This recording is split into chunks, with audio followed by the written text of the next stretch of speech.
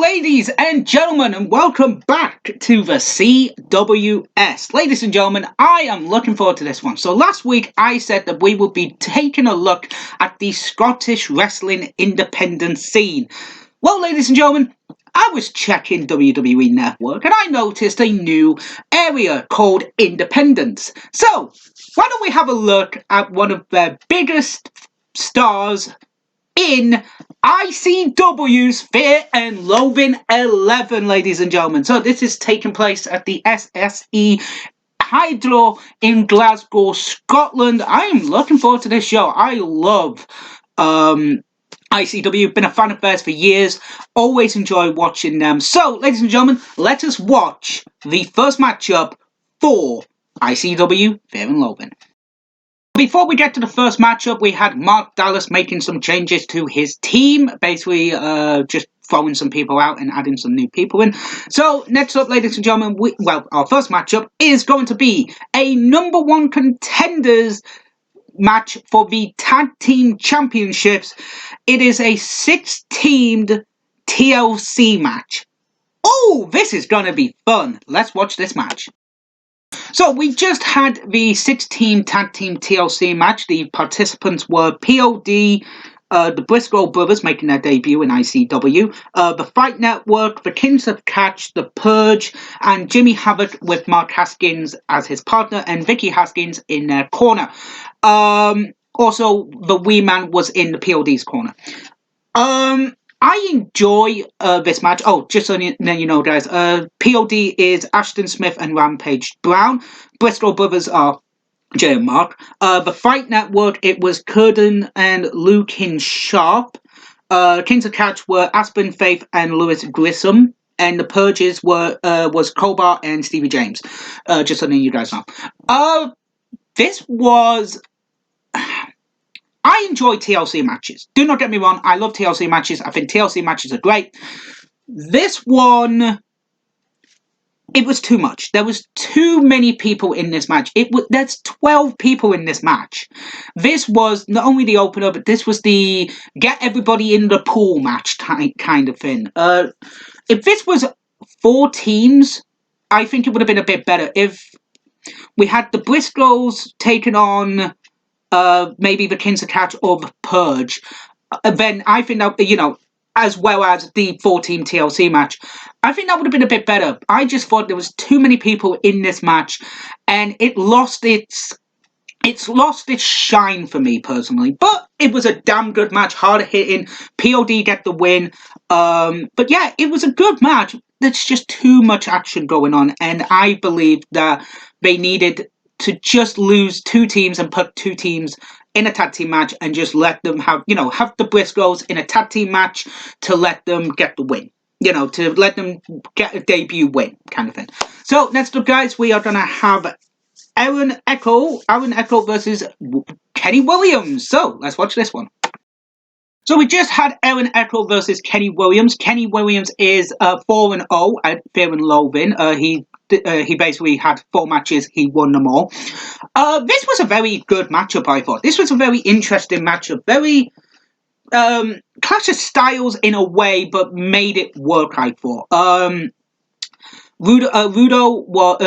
Red Lightning, better known as Rudo, was on the commentary. Very enjoyable. Billy Kirkwood and James R. Kennedy are on commentary. Really good commentary, I thought. Those guys are just commentary to a T. They are really good at what they do.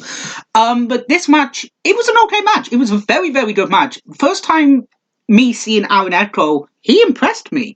I was very impressed by him. Aaron gets the win. Again, great storytelling between these two. Good friends, better enemies. They're good friends, now they're rivals. Really good way to get the crowd pumped up, and the crowd loved it. Next up, we have got Joe Hendry, the local hero, or the prestigious one, as he was going by this time, with Mark Dallas, taking on Mikey Whiplash. Whiplash. That's, ECW from back in the day. So yeah, Mikey Whiplash. Let's watch this one. So we've just had Joe Hendry versus Mikey Whiplash. I genuinely forget just how good Whiplash can be technical wrestling.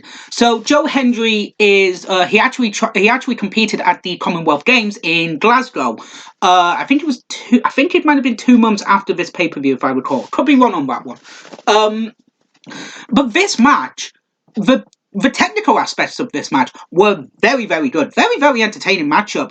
Slow-paced, but more technically styled in this match. So it worked for me. I enjoy a technical wrestling match, and this was damn good. A damn good wrestling match. Joe Hendry gets the win after interference, and there was a lot of interference in this match, which I didn't like. I didn't like it. But you have to put up. You have to put up with it. It's telling a story. Whiplash wants to bring back the more hardcore style that ICW is known for. But this was a good match. It was a very good technical wrestling match. The first 4 or 5 minutes was very, very good. There wasn't even a punch thrown for I think within 6 minutes. So there was just technical wrestling, and I enjoy a technical. Well, like I say, I enjoy a wrestling match. I enjoy a technical wrestling match. But yeah, Joe Hendry gets the win. Very good win. So next up, ladies and gentlemen, we have got Joe Coffey versus Mark Coffey for the 0G Championship. Let's watch this one. So we just had Mark Coffey versus Joe Coffey for the 0G Championship. This was a really good match. Really great storytelling with the brothers. Obviously. But yeah, it was a really good style. Both men are, they're both hard hitters, but at the same time, Joe can do a lot more aerial moves and stuff like that, so it was a really good match. Joe gets the win. I thought it was telling a really good story. Both Joe and Mark are in WWE NXT UK, but this was a really good match. Very entertaining. Title change was very good, and yeah, I really got into this match. Next up, guys, we have got British Strong Style, Pete Dunne, Trent Seven, and I know we said Travis Banster, and Tyra Bates. Do apologise. Taking on BT Gunn, Wolfgang, and the returning to ICW of Noam Dar, the Champagne Supernova. Oh, I'm looking forward to this one. So we've just had the 6-man tag, BT Gunn, Noam Dar, and Wolfgang taking on British Strong Style. British Strong Style take the loss for this one. I thought it was the original ICW guys get the win for this one. Really good idea, I thought. British Strong Style can go. They are just impressive as all hell. Especially Tyler Bates and Trent Seven's Mustache Mountain. They are really, really good. Very enjoyable, very likable, very lovable guys. And yeah, it was a really, really good 6-man tag.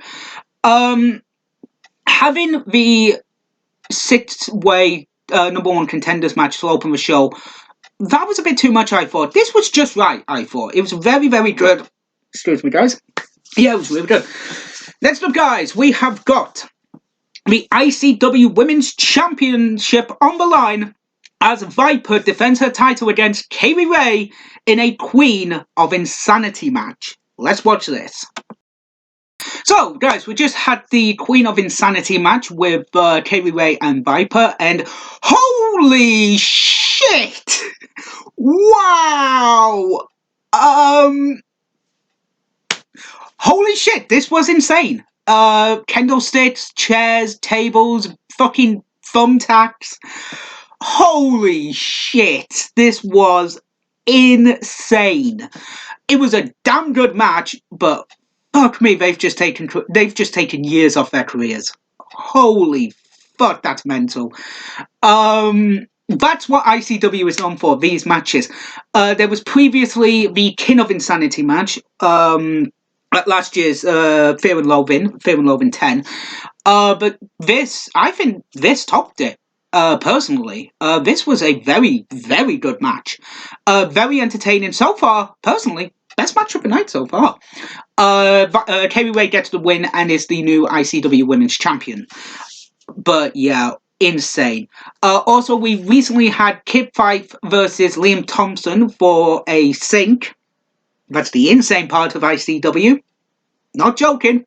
So next up, guys, we have got Bram and Elson Reese versus the Kinky Party for the ICW Tag Team titles. Let's watch this one. So we just had the Kinky Party versus Bram and Elson Reese. Very good match. First time of me seeing Elson Reese. And very impressive. Bram's Bram. He's just a hard-hitting British guy. Kinky Party, Jack Jester and Shah Samuels. No, not. I don't think related to me. No. Yeah, really good match. Really entertaining. Kinky Party know how to put on a good show. They get the win, but then POD come out to basically cash in their title match that they won earlier in the night, and they win and are the new tag team champions. Kind of weird that they do it on Fear and Loathing. I thought they wouldn't do it on the show, but they did. But yeah, two very good tag team title match, very good tag team matches. Me personally, I mean, having 4 tag team title matches in a row, 4 tag team matches on the card seems a bit weird, but it was a really fun matchup and very entertaining for these two. Next up, guys, we have got James Storm versus Grado with Jeff Jarrett as the special guest referee. Sorry, guys. So let's watch this. So we just had James Storm versus Grado. Very entertaining matchup, I thought. Really fun. Grado is the lovable road rapscallion from Impact Wrestling. He was on Impact Wrestling back in the day. Very, very entertaining matchup. Jarrett being there was meh, but he's been a referee for years. You know, he was a referee in his early days of his career, so wasn't really bothered by him. I wasn't really bothered by it. But then he uses the guitar on Grado and basically is just like, yep, I don't care. Why? Just have a clean matchup and then do it afterwards.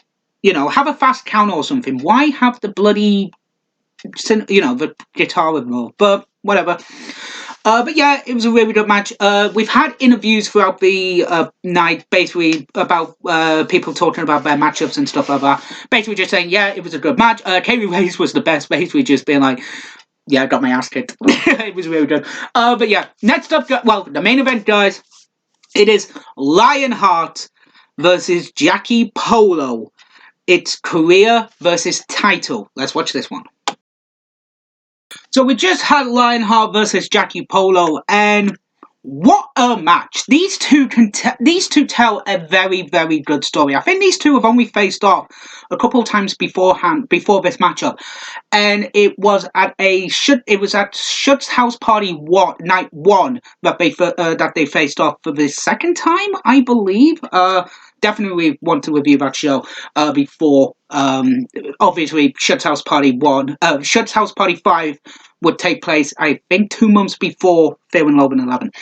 This match was very entertaining. Lionheart, I've always said, Lionheart was the best pound-for-pound Scottish wrestler that they've ever had. Lionheart, for many people who don't know who Lionheart is, Lionheart would unfortunately have his neck broken in a botched Styles clash with AJ Styles, and I believe that was at a Preston City Wrestling show. He took 2 years away from the industry. He came back, and most people say that he wouldn't have never been able to come back from a neck injury like that, but he did. He was able to face AJ Styles again at another PCW show, if I recall. I'll have to try and find the video where they announce the matchup AJ versus Lionheart, because everybody just loses their mind at the PCW show. It was very impressive. Lionheart is going into this match with his career on the line. If he cannot beat Jacky Polo, he's not been able to beat Jacky Polo bar at Shud's House Party 5. He wants to beat Jacky Polo. If he doesn't, he's gone from ICW. But he wins the match with the savant kick multiple times and the frog splash. Gets the win, goes into the crowd, celebrates with his parents, celebrates with his girlfriend. I believe it was his girlfriend at the time. His girlfriend. And then people come out to help celebrate with him. He thanks everybody who's at ringside. He thanks the commentator. He shakes the hands of the commentators. He shakes the ring announcer's hand. This was a damn good match. A brilliant main event to cap off a very interesting Fear and Loathing 11. What did I think of the show overall? Bar the first match, which I thought had too many people in, this was a good show. Match of the night definitely had to be Kay Ray versus Viper for the ICW Women's Championship. That was an insane match. They took years off their careers, and it was a damn good matchup between those two females. Second up, I'm probably going to have to go for Lionheart versus Jacky Polo.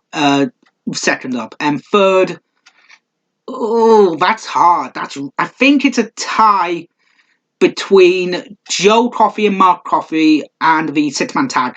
I think that's a tie for third. But this was a very entertaining matchup. It was really good, guys. The show was really good. If you want to check it out, it's on the WWE Network. Fear and Love in 11. Definitely check it out, guys. And as always, thank you so much. And next week, I think I want to go back to summer. So, ladies and gentlemen, I will see you next week for the next episode of this classic wrestling series. Stay safe, smile more, and have some fun. And I'll see you next week. Bye, guys.